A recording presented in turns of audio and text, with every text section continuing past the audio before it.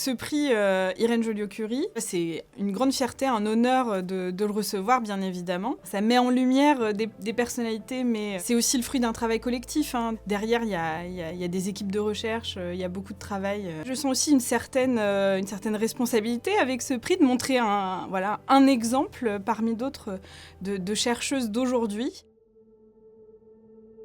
Mon domaine de recherche, c'est la génétique statistique.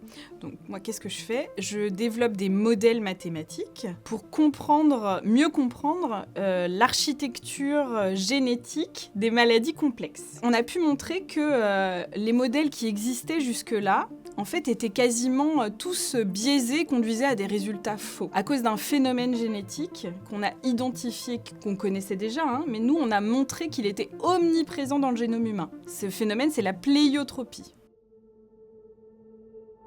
C'est vraiment important pour moi de particulièrement m'adresser aux jeunes femmes, aux collégiennes, pour leur dire que c'est possible de faire une carrière scientifique en étant une femme, qu'on sait pas tout ce qu'il faut faire du premier coup, mais on se lance, on essaye, c'est pas grave d'avoir des échecs. Parfois on doute, on peut souffrir du syndrome de l'imposteur par exemple. Pour moi c'est primordial d'en parler, de le diffuser, parce qu'il me semble que c'est quelque chose dont les filles souffrent encore plus que les garçons. C'est mon directeur de thèse qui m'a dit « Marie, vous savez, vous souffrez du syndrome de l'imposteur ». Et je dois dire que ce qui m'a beaucoup aidée, c'est de savoir que ça existait en fait, ce syndrome de l'imposteur.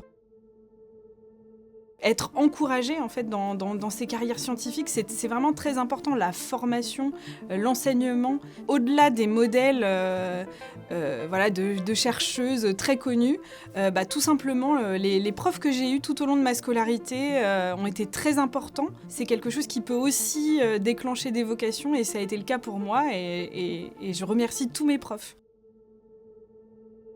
J'ai toujours eu vraiment la passion de faire de la vulgarisation scientifique. Mon engagement, il est avant tout de montrer, de faire partager mon amour des sciences, et dans un deuxième temps, d'inciter plus particulièrement les jeunes filles, les jeunes femmes à faire de la science. Montrer que c'est amusant, de chercher à comprendre, que c'est passionnant.